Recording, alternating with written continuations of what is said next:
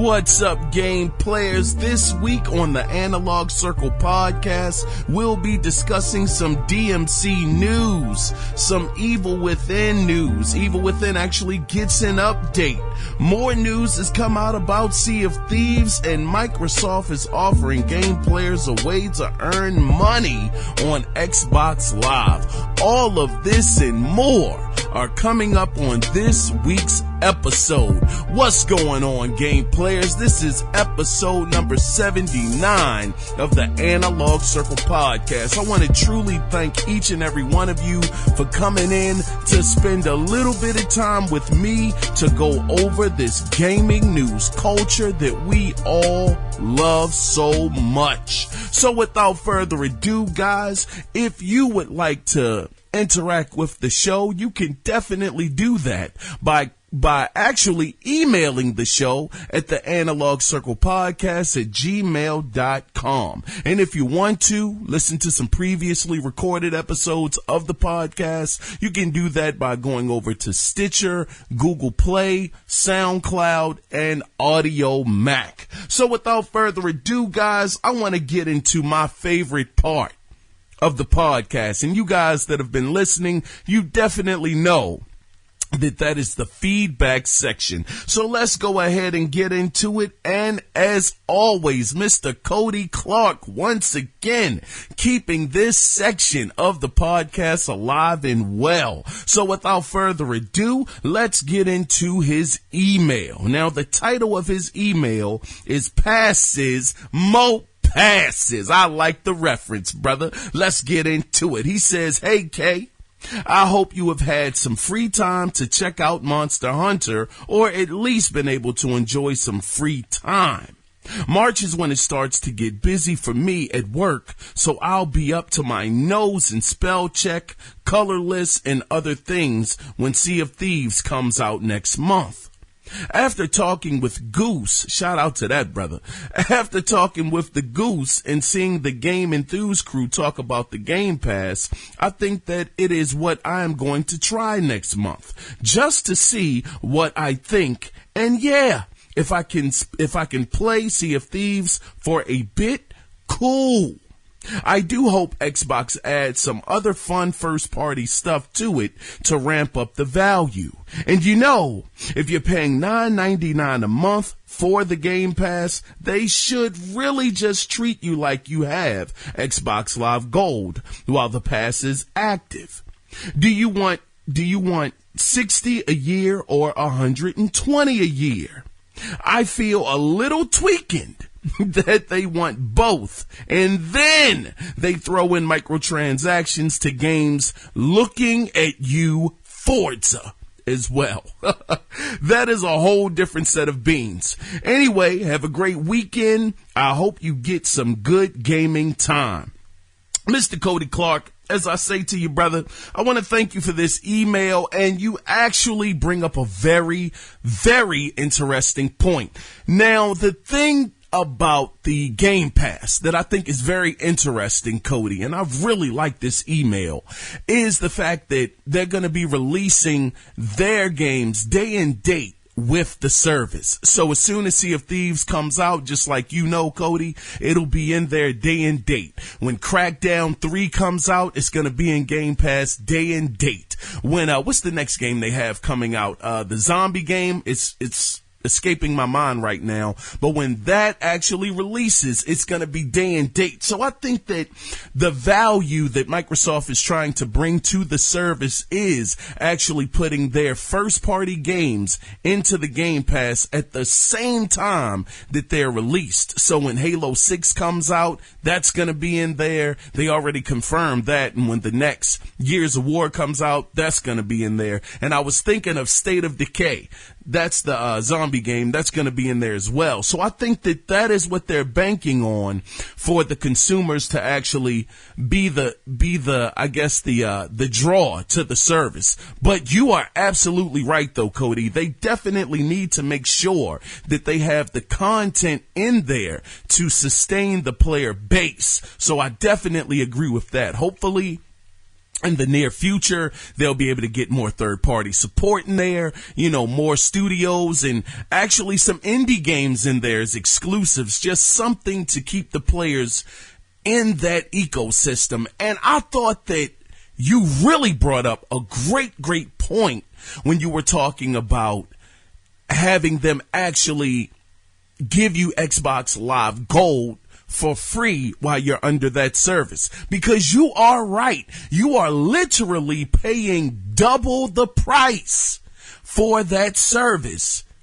versus Xbox Live. So if you do the math, that's what, $180 a year between both of those services. I think that if Microsoft really wants this thing to take off, and I don't think they're going to do it because, of course, corporations are in this thing. They're in this thing to get the money. They're trying to get to the bag. That's all they care about, is getting to the money bag. So I think that if Microsoft even did that, that would be an amazing gesture, because as it stands right now, me and you both know, Cody, that is not what they're including with their service.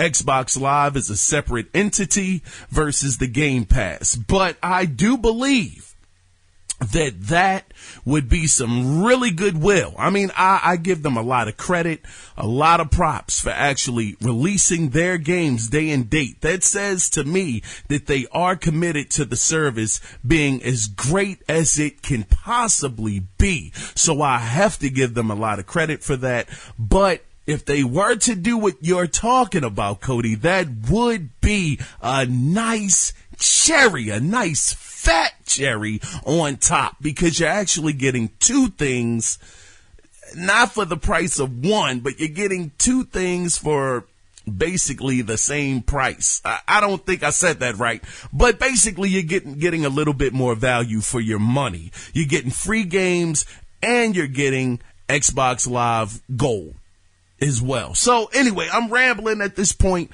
but Cody, as I say always, brother, I really appreciate you sending these emails. It makes the show that much better. So thank you for that. Now, guys, I gotta actually address something, and shout out to Goose. Again, I have not been able to play any games again. The job has me working day and night, man. So it's been really tough for me to really get into any games. And when I do get some downtime, I just want to relax. Me and my lady just chilling out, having a good time. It's been just chaotic, just to say the least, man. It's been a lot going on. So I haven't even got a chance to check out Monster Hunter. I haven't even typed in the code for Xbox Live Gold yet. And I really am sorry, Goose. I have to let you know, brother, I greatly appreciate those gifts, man. It is not being taken for granted. I have just not had the time to actually get into them, man. So I haven't played anything.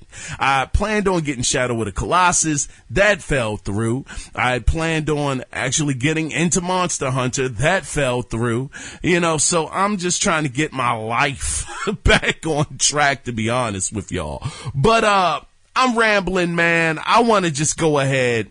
We're going to just get into this gaming news. I'm going to have to make this a shorter podcast. I'm going to have to try to kind of run through some of these topics, because right after this, of course, I'm right back on the grind going to upstate New York. So we're going to run through these. I'm going to try to keep this under an hour and not hold you guys too long. So let's go ahead and get into what we all come here for, guys. And that is the gaming news that went down, starting out with Space Channel 5. Now, some of you may be familiar with this game, Space Channel 5. This is actually a Dreamcast classic.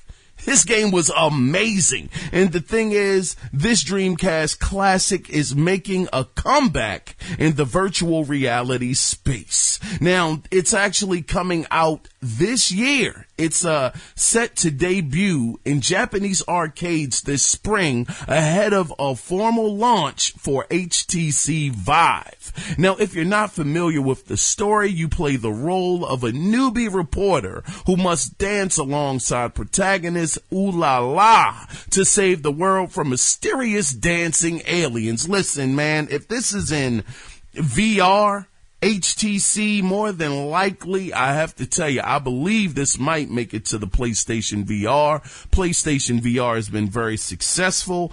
And I'm going to be honest with y'all. I picked this story because, man, I was having a hard time this week. So I don't even have to even delve into this any further. But if you were on the Dreamcast, you know about this game and we can move on. Next story. Now, a new feature for The Evil Within 2 has been added where you will be able to play the game in a first-person view all the way through the entire game. And what actually inspired this was when PC players, shout out to you PC gamers, they discovered that they could enable the first-person viewpoint via a console command. So I have to say that this is excellent. This is the kind of thing I like to see. You know, sometimes the community gets behind a game. They find different things that, you know, may not have been actually supposed to be in the game. It inspires the creators to get back on their grind and add different features. So this is excellent. I heard that The Evil Within 2 was a pretty good game. I don't know how great it was. I didn't play it yet. Kind of might not, to be honest with you, but for any of you guys that enjoyed it, that have played it, hey, maybe this gives you a little more incentive to go back and revisit this game. Moving on into quick news. Now, this is a quick news hit. The DMC HD collection will release March 13th for PlayStation 4, Xbox One, and PC, and will include the first 3 games in the series, as they will also run at 60 frames per second. This is great. Now, also, just on another side note, the first DMC will be free for Amazon/Twitch Prime subs on February 27th, and you'll be able to download it through the Twitch desktop app. So for anybody that's a DMC fan that has never played the first one, if you're on the PC and you have these services, you are more than welcome to try this out for free. Now, moving on to the next story. Now, if you are a Fortnite player and are interested in purchasing Season 3, it will cost you 950 V-Bucks. So the pass can only be purchased with in-game currency. Now, I'm starting to think, I've been working on this for a little bit now, been trying to get time to get to the podcast, and I think this has changed. I think they said Season 3 is going to be a little postponed, if I'm remembering correctly. But I might not be. This week has been a blur, let me tell you. So definitely check that out if you are interested. You're a Fortnite player. 950 V-Bucks. It's not real cash. The only way you can earn that money is in the game. So that's not bad. Pretty good. Moving on into some Sea of Thieves news now. This got me pretty doggone excited. Now, there have been rumors and questions going around about whether or not a Kraken would be in the game.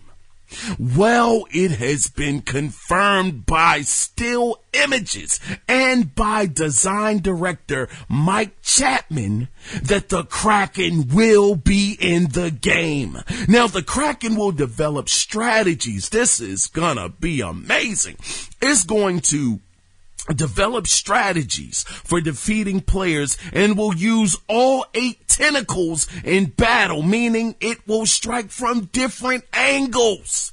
Now, it will also be a random encounter, and you may want to think about teaming up with another crew to take it down. And if you're successful in doing so, you will earn a lot of rewards. I tell you, I saw the pictures of this thing. I mean, this big octopus gunjankuit. I can't even Pronounce the word right, man. You're just a giant doggone octopus wrapping its tentacles around the boat and smashing and crushing it. Man, they were saying, there's so many scenarios with this situation because they were saying that you can try and take it on all by yourself. You can give it a good shot, but you just may want to see a crew in the daggone distance and say, hey, man, I need a little bit of assistance. Let's go ahead and take this thing down together. Let's get this treasure, and then let's just separate.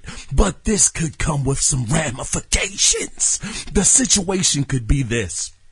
Some people could be sitting in the water, waiting, looking at the fight going on, and waiting for the Kraken to kill you, knock your ship off, your ship sinks, your crew dies, and they come in there and they get the rewards that you already had. They go in there, they get your treasure chest, they clean you out, and they didn't have to lift a finger to do so.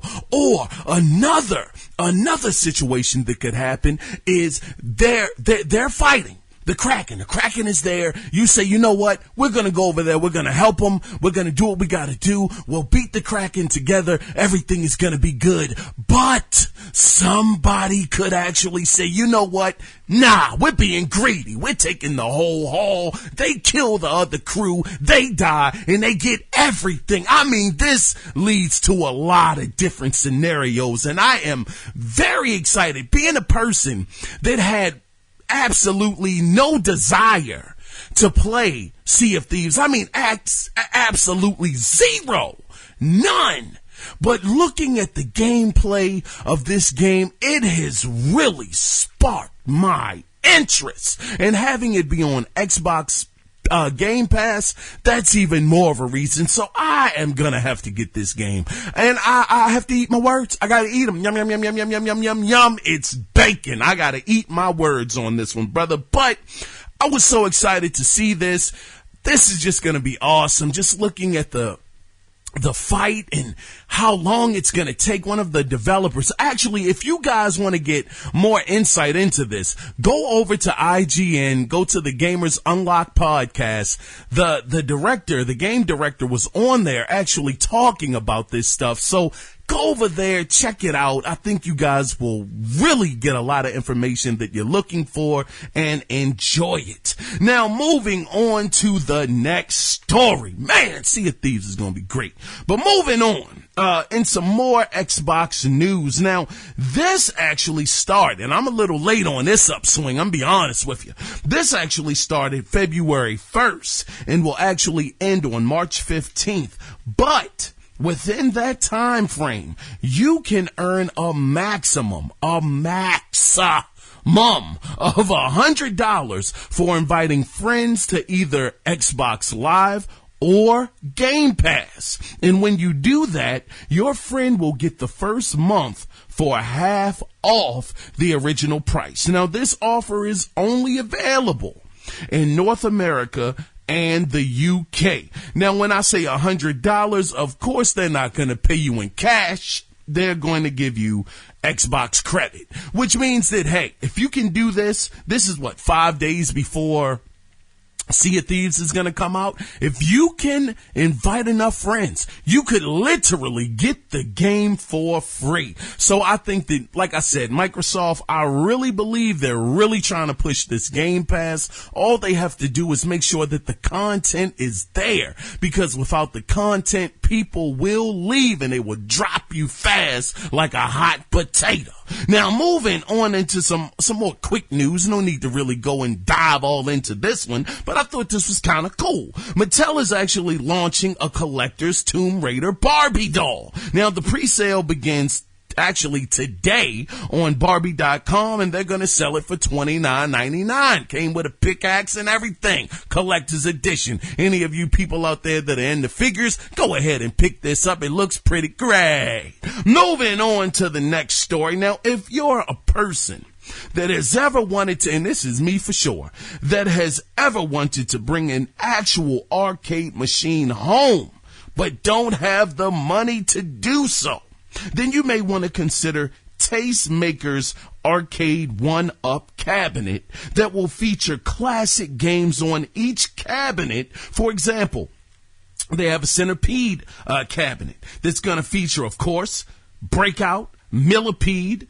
and Missile Command, as well as Centipede. I mean, that goes without saying. They also have an Asteroid machine that's going to feature Asteroids Deluxe, Tempest, Asteroids, and Major Havoc. Now, the other cabinet will feature Capcom's Street Fighter II game, which is definitely not an Atari game, but it's going to be on that cabinet as well. Now, the cabinets are 4 feet, I should say, 4 feet tall, and will have a 17-inch LED screen. Now, the biggest catch to this is you will have to assemble it yourself, but it is being touted as an easy assembly. Now, as far as the price point goes, they're going to sell for $399. Now, we know back in the day, I remember the first arcade machine that I ever wanted to have at home.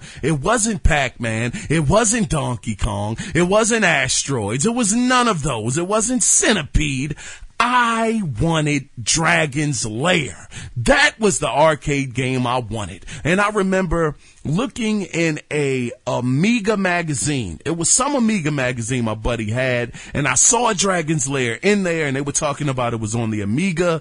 What was it? The Amiga 5000 or something like that. I mean, really old stuff at this point. And I looked at it, I said, this thing looks arcade perfect. Oh my gosh. And I remember when I looked at the price point of the cabinet at the time, and this is like 93.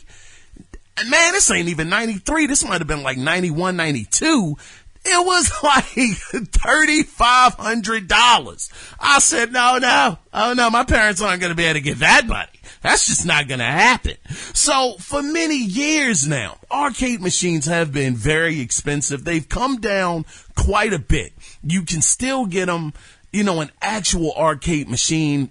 That's still like $1,200-$1,300, which is a lot better than the prices back in the day. But for a person that wants that authentic arcade experience, that doesn't want to spend that much, you can actually get this with 4 games already on it for $400. Basically a price of a launch PlayStation 4. This is pretty dope. So if any of you guys are interested, definitely go on Google, do your Googles, check it out. And once again, the name of the company is Tastemakers, Tastemakers, all one word. Go over there, order it, and enjoy. Moving on into some more Xbox news. Now, this isn't like a super huge story, but I thought it was worth talking about just for a minute. Let's see, here we go. A 1440p resolution will be coming to the Xbox One S. Now, Xbox Partner Group Program Manager Kevin Gamble had this to say in a tweet, and I quote, "Many questions recently around the timing of our 1440p support. Those of you in our early preview ring should be pleasantly surprised very soon if you have an Xbox One S or Xbox One X." End of quote. So if you have a high-end TV, your games should really pop. That is just the basics of this. If you have a high-end TV, your visuals are going to be banging. It's going to be amazing. You're going to be jaw-dropped and all of that great stuff. Probably not. But the only thing about this is it all sounds fine and good, and I'm kind of joking a little bit about your jaw-dropping because I don't think y'all are going to do that. But it's no release date. Nobody knows when this is going to come out. It's going to be in the preview ring, but I do think this is really great. I think this is awesome because it was no way that I thought the Xbox One S was going to get this kind of upgrade. So at a 1440p image, It is gonna look great. I mean, it's gonna look awesome. I only said that your jaw probably won't drop because I don't want to speak for you.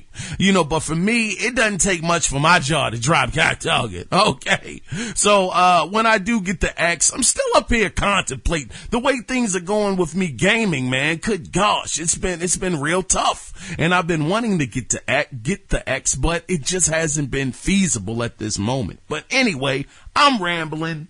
Let's move on to the next story. Yeah, now this one, man, this makes me mad, but I'm going to read it first and I'll get into it. But back in June 2016, a Kickstarter was started to make a System Shock remaster, and it was successful, bringing in over $1.3 million for the project. Well, now, oh yeah, present day, today. Well, now, according to Night Diver Studio CEO and founder, Mr. Stephen Kick, yeah, the game is being put on hiatus due to changing the game's engine from Unity to the Unreal Engine, and the team's desires, listen to this, the team's desire to want to do more for the game. Now, the team strayed from, and now these are very important words. These are key words. The team strayed from the core concept of the original title. Now, this is the quote from Mr. Kick. The team, here it is. The team went through changes in the scope, concept, and budget for the game changed. Here is the quote. I'm sorry, my bad. This is another quote from Kick. He says, "I have put the team on a hiatus while we reassess our path so that we can return to our vision.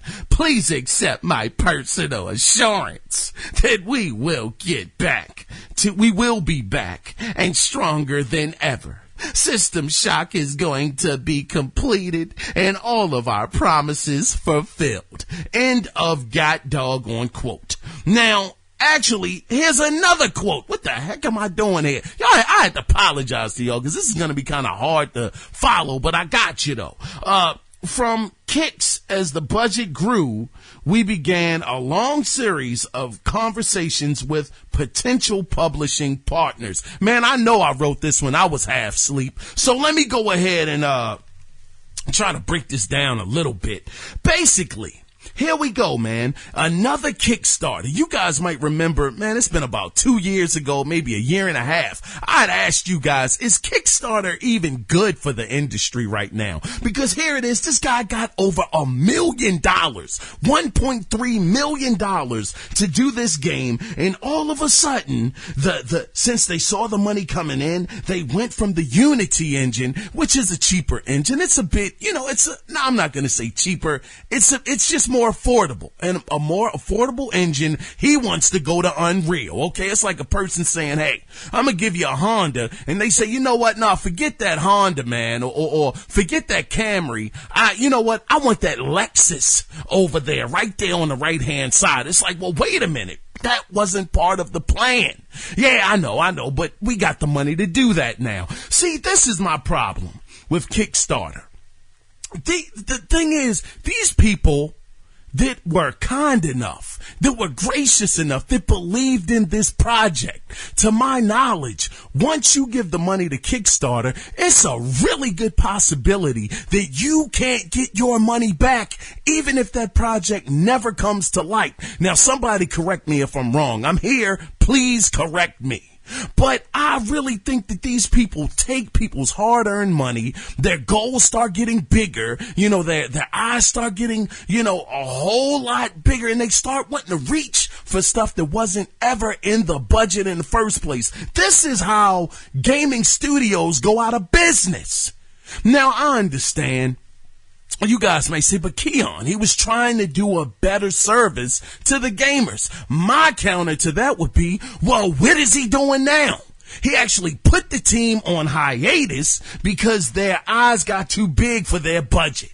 And now people that were looking forward to this game being remade, they don't know when they're going to go back to work. I remember when I did that podcast, I came up with like 5 or 6 different Kickstarters that took millions of dollars out of people's pocket, and they never got that money back.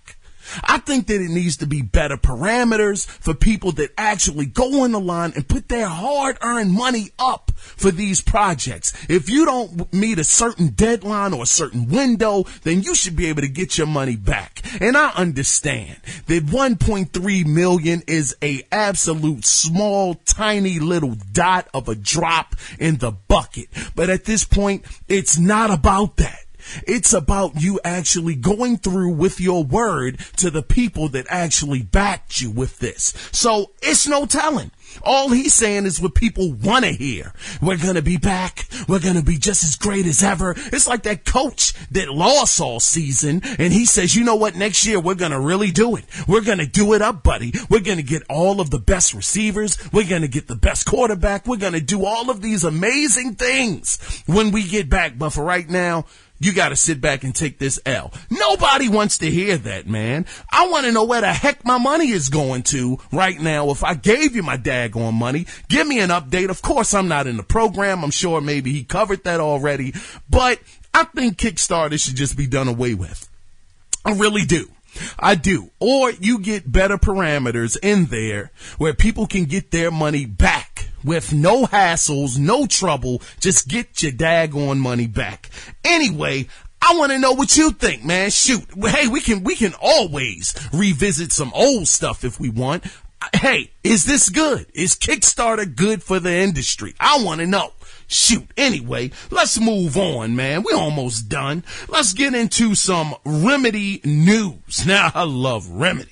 Now, you guys might remember a new project by Remedy codenamed P7 last year. You guys might remember I talked about that for a little spell, right? Maybe not. Well, if you're not familiar, it's going to be a cinematic third-person action game set in a new Remedy-created universe. So, no, it's not going to be Max Payne. It's not going to be, what was the last game they just came out with? Quantum Break. None of that stuff. And, unfortunately, no Alan Wake. So, this is a brand new universe that they're going to get into. Now, it's also being said, too, and I quote, it will create game mechanics and storytelling techniques that will offer gamers longer lasting game experiences. Now, it's also being touted, and I also quote, is having the deepest game mechanics yet in a Remedy game. But outside of me talking about all of that stuff, the game is actually slated for a 2019 release date, which got me to thinking, man. Oh, it got me to thinking. Woo! What if this is another game that shows up at E3? Now, we remember back when I was talking about that sometime last year, it might have been in the summer. I think it was hot for some reason. They were talking about they were done with Microsoft, or at least, putting exclusives on Microsoft's console. They were talking about this game is definitely going to be on PlayStation. And I have to tell you, Remedy, just really quickly, Remedy, when they talk about these mechanics and all of this stuff, yeah, this is stuff that most developers say this is the best work we've done to date. This is going to be gorgeous. It's going to be jaw-dropping. You guys have never seen anything like it. Yeah, they're buzzwords. They're to get you hyped up. They're things to make you grab your attention for this title. But with Remedy, I gotta tell you, I kinda believe them a little bit because I had never seen Bullet Time until they worked on Max Payne. When I saw Max Payne and they had that Bullet Time, that slow motion Matrix thing, oh my gosh, game changer. How many games have used that to this day? That was in Red Dead Redemption, it was in Stranglehold, and several other games. That mechanic is absolutely incredible. And even though they don't make Max Payne now, I believe Rockstar took the license from them and they made Max Payne 3, they still kept that bullet time mechanic in there, which is just that's a staple of that franchise. So when they talk about these mechanics and all of this stuff, I really take note. I really do. And I thought Quantum Break, and I'm not going to stop saying this, no matter how much hate I get from people, Quantum Break was a great game. No, it wasn't perfect. I think I gave it an 8 out of 10. It had some technical flaws here and there, but the gameplay and the shooting, it was pretty doggone good. It could have used a little bit of polish here and there, but I enjoyed it. Man, it was a beautiful game. Gameplay was good. I mean, if anybody hasn't checked that game out, check it out. You can get it so cheap now. But I started thinking, getting back to the point, I started thinking, what if this game actually shows up on PlayStation stage at E3? Could this possibly be something that we see? I'm really hoping so. I hope. Because Sony, you have really shown a lot of your cards, buddy. You have shown us a whole lot of games coming down the pipe. It would be awesome to see Remedy out there premiering this game, if it is true that it's coming out next year. That is not 100% confirmed, but they are saying, this is what the reports are saying, next year this game is coming out. This would be great. So Remedy, I'm looking forward to this. I can't wait. I'm hoping it's going to be awesome. And I do like the fact that it's a brand new IP that's not associated with anything that they have done in the past. So maybe this will be a moment. This will be a moment, game players. This will be a moment where we can see if Microsoft was actually holding Remedy back, because I remember they said that some of the rumors were they wanted to do an Alan Wake 2, but Microsoft told them, no, we need a new IP. We need you to introduce something different. So maybe since the rings are off, since they no longer have any leashes, this is exactly what Remedy wants to do with no restraints. Let's see how well this comes out. I'm so excited for this, and hopefully once again it'll be at this year's E3. Moving on to the next story. Oh yeah, this is a good one. Now, moving into some PlayStation VR news. Do any of you remember the VR game entitled Moss? Yeah, M-O-S-S. Starring a mouse character. Yeah, he looked real cute. Really cute looking character. Oh, he was a white mouse with a sword. I said, look at you stunting on him, buddy. You go ahead. Well, listen to this, man. It has just been unveiled that the game will be released on February 27th. And the game is going to cost $29.99. I want to tell you guys something, brother. Oh, man, I'm sweating as usual. But I have to tell you, this game really grabbed my whole attention. I think I saw this at, PlayStation Experience. I think it was last year. And I said, man, that is a really cute character. And the thing that I really, really liked about this character was he actually does sign language. He's speaking in actual sign language. This is so awesome. I'm really excited about this. People were saying that the scale, you could just see the scale and how big things were. And just in VR. I've tried it out and I love it. I can't wait to buy it. Speaking, I'm going to just sidestep for one moment. If you don't know, PlayStation VR is on sale this week. I think until, March 5th, somewhere around there. It's on sale for $199. And let me tell you, when I tell you guys I tried to jump on this deal, it went on sale on Sunday. It went on sale. I'm recording this at Monday at 6:00 in the evening, and I'm really, really cutting it close to getting to work.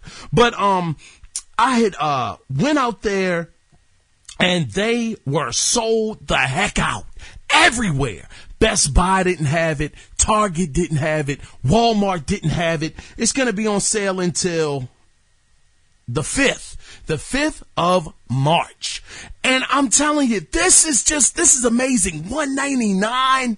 Best Buy had bundles with Gran Turismo, the camera, and the PlayStation VR headset for like $350 or $300. I mean, just dirt cheap prices, which is awesome, man. So when I tell you this time I tried to get one, oh, believe me, I was out there and they were gone. So for anybody that's been interested in this game, please let me know if you pick it up and how it was. So excited about this. I'm glad to see PlayStation VR doing so well. Always said that between $200 and $300, that's the sweet spot. $200 is amazing. It is an amazing value. I would tell you guys, if you can find one, if you are lucky enough to find one, definitely jump on it, because it's a great value. Moving on to the next situation at hand. Now, Spyro the Dragon is supposed to be making a comeback, buddy. Yeah, with the remastered edition similar to Crash Bandicoot. Now, according to Kotaku, it's supposed to be actually announced next month. And the release date, the release window is supposed to be third quarter of 2018, and it's releasing on the PlayStation 4 with rumors saying it could come to Xbox. Now, it's also being said that the trilogy could include content that was actually cut from the original. Now, I'm going to tell you, Spyro the Dragon, I had some time with good old Spyro on the PlayStation. Definitely thought it was an okay game. Nothing groundbreaking, but it was actually some kind of charm to that character. You know, he was talking, having a good time, he was blowing fire out his mouth. It was just a really good vibe to the game. So for anybody that's interested, this is going to be a trilogy. Of course, there's no price point on it yet, but it's definitely coming to the PlayStation 4. Don't know about the Xbox, you know, and here we go again. Here we go. Oh, man, there we go. Oh, man, I tell you, Sony, man, these guys are playing for keeps. Now, it's no way that any of us will know until later on whether or not they paid some money to Activision to say, hey, man, look, listen. Crash doesn't move, okay? He's cemented over here with the PlayStation brand. You can't send him over to Microsoft. No Xbox love, because it has been out for, almost, I don't know if it's been a year yet. Definitely quite a few months that Crash has been out. And there's still been no word on whether or not it's coming to the Xbox. I'm glad I'm not really that, I was never a big Crash fan because, then again, it wouldn't matter to me. I got the PlayStation 4. So, for me personally, it wouldn't matter. But for someone that may have an Xbox that wanted to play this game again, dog, it's trouble. That's why I say, brother, I'm Pokemon out here, man. I got to get them all. I got to get PlayStation. I got to get the Xbox. I got to get Nintendo. I need them all, brother. Because I have no loyalty. Okay, I don't think anybody out there that's a real gamer, that's really out here in these gaming streets doing what you do with the button mash, I don't think you should have any loyalty to any of these companies, man. You think they got loyalty to us? You got to be dreaming. Man, I'm telling you, I'm cheating on PlayStation with Xbox, cheating on Xbox with Nintendo, vice versa. Hey, if Google comes out with a good enough console, man, I'm going to be over there with her too. That's going to be the other side chick. Believe me, other side console. I'm telling you, don't be committed. None of these companies love us. Shoot, get out there and get them all, brother, and enjoy every single entertainment part of this gaming culture. Shoot, man, you got to be crazy. If somebody ever told me, Keon, you got to choose one or that's it, man, I'm out. Forget you, man. I've never had one console. I've always loved them all, brother. And I recommend you do the same, guy dog. And if your money ain't there, okay, that's another deal, brother. That's something totally different. You got to deal with what you got.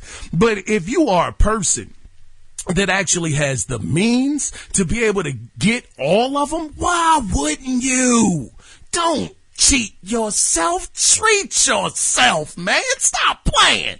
Anyway, Hopefully this comes out for the people that are interested in Spyro, and maybe one day it'll come to the not PlayStation 4, because it's coming there, but the Xbox brand as well. Now, moving on, man. God, Doug, I think, what's this, the last story? Yeah. Now, this ain't even a groundbreaking story. I'm be honest with y'all, man. This is kind of light, but it may interest some of you guys. Now, similar to PlayStation teaming up with Nike to help make the PlayStation sneaker, which I heard actually was a pretty big success, Microsoft is actually teaming up with Jordan Brand to create three unique Xbox One X's in tribute to the origins of the Air Jordan 3, the Black Cement and Free Throw line, and Tinker colorways have been lifted from let's run that back, brother. Let's stop at Tinker. All right, here we go. Now, colorways have been lifted from the 3 and applied to the console. Now, unfortunately, this is the catch, man. God dog it. You can't buy these. You have to win one by going over to the Xbox Twitter page and retweeting the competition post. Now, you have until February 21st at 10 p.m. Pacific time to enter the draw. Now, I'm going to tell you guys, I went over there to the Xbox official page. I said, hey, man, I'm going to just go ahead and throw my hat into the ring. I mean, God dog, it was like 100,000 retweets or what was it? 100,000 retweets, when I had retweeted. So, hey, man, the odds are not in my favor, but hey, I did it, and they look pretty cool. They look pretty decent. They look nice. They got the Jordan logo, and the actual color of the sneaker on the Xbox. It's something interesting, but guys, that is it, though. That is it for this week's gaming news, man. And you know what? Let's see, we're at 46 minutes. Yeah. We got time for some video game theater this week. So after video game theater, we will be back with the final section of the podcast. So stay tuned, guys. A cold shoulder. Here, it's for you. You might just be my favorite person again. Just saying. I know my girl. Just saying.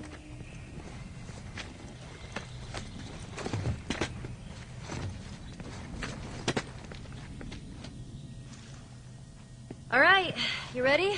All right. I heard 2 peanuts walked into a park. One was assaulted. Oh! Good one. Good one. A boiled egg in the morning is really hard to beat. That's funny. That is funny. I like that one. I'm reading a book on anti-gravity, and it's impossible to put down. Nice. Yes, that one's awesome. It's not that the guy didn't know how to juggle. He just didn't have the balls to do it. Oh. I'm glad I know sign language. It's become quite handy. That's silly. That's really silly. I forgot how to throw a boomerang, but it came back to me. Yeah. When a clock is hungry, it goes back 4 seconds. Oh, yeah. Get it? Yeah. It goes back 4 seconds. 4 seconds. Yeah. I once heard a joke about amnesia, but I forget how it goes. Good one. When the power went out at the school, the children were delighted. Okay. Those fish were shy. They were obviously coy. Aw, that's cute. That was cute. Those 2 men drinking battery acid will soon be charged. Ooh, that's dark. That's kind of dark. What is a pirate's favorite letter? Oh, I know this one. Nah, 'tis the sea. Oh, 'cause the sea, 'cause the water, the ocean. That's the best one so far. Yes, awesome. The midget psychic escaped prison He was a small medium at large. I'm inclined to be laid back. That's true. I actually feel like that's true. That's it? That's the whole joke? That's the whole joke. Reclining. Inclined.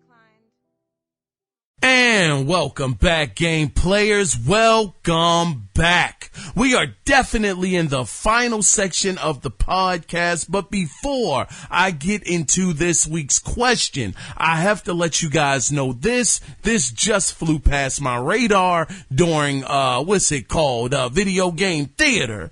And it looks like Lucasfilm is reportedly talking to Activision and Ubisoft about acquiring the Star Wars license. Very, very interesting news, because we know that Disney, the Star Wars license, was with EA at the time until I believe it was supposed to go the contract until around 2022. But we know that Battlefront 2, oh buddy, you got some bad press. And good old Mickey Mouse, the house that Mickey built, did not like that bad press at all. So it looks like it's a possibility that one of these two publishers or someone else may even get the rights to this. This is interesting news, people. We'll have to see what happens with this in the wash. But let's get back to the question for this week. Now, of course, guys, I want to get your feedback.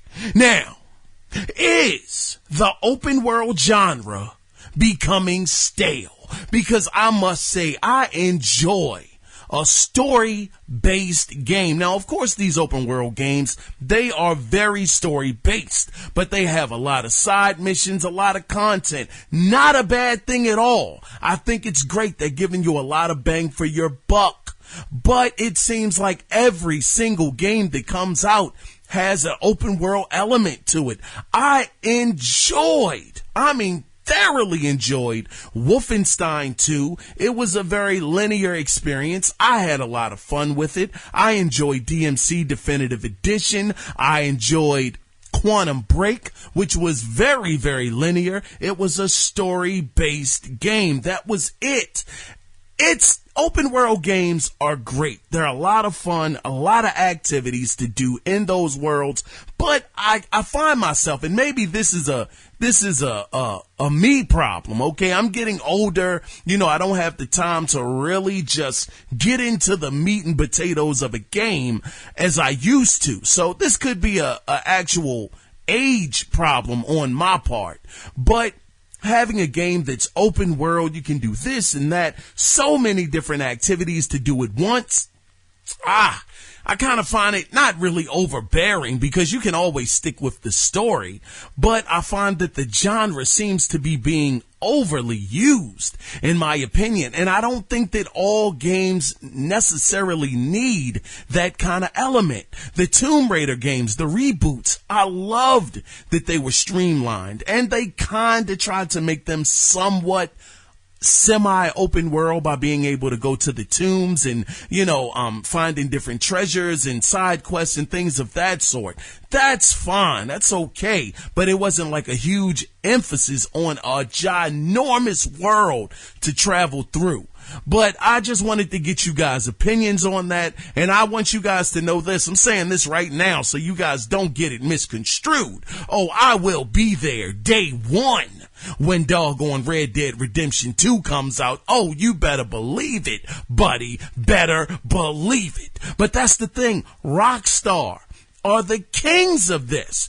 It's interesting because Rockstar, they seem to really, they pioneered this. This is what they have brought to the gaming table. If anybody talks about the open world genre, you have to mention Rockstar. Nobody does it better than them, because it started with Grand Theft Auto 3. That was the first open world game where I could go on a mission, take a car, instead of being in a shootout with one of the rival gangs in the game, I could take the car and just run them over. Blew my whole mind wide open when I was able to do that. Incredible. So nobody, in my opinion, will probably ever do it as great as Rockstar, because they are the pioneers. But anyway, I'm rambling at this point. If you want to participate and be a part of the conversation, definitely email the show at the Analog Circle Podcast at gmail.com, and it will definitely be read on the next podcast. So guys, this is the end of this week's podcast, but that's okay because we will be back next week. But guys, remember this before we go. It is not about the consoles, brother. No. It is about the games. So until next week, you guys take care. Be safe out there. Bye-bye.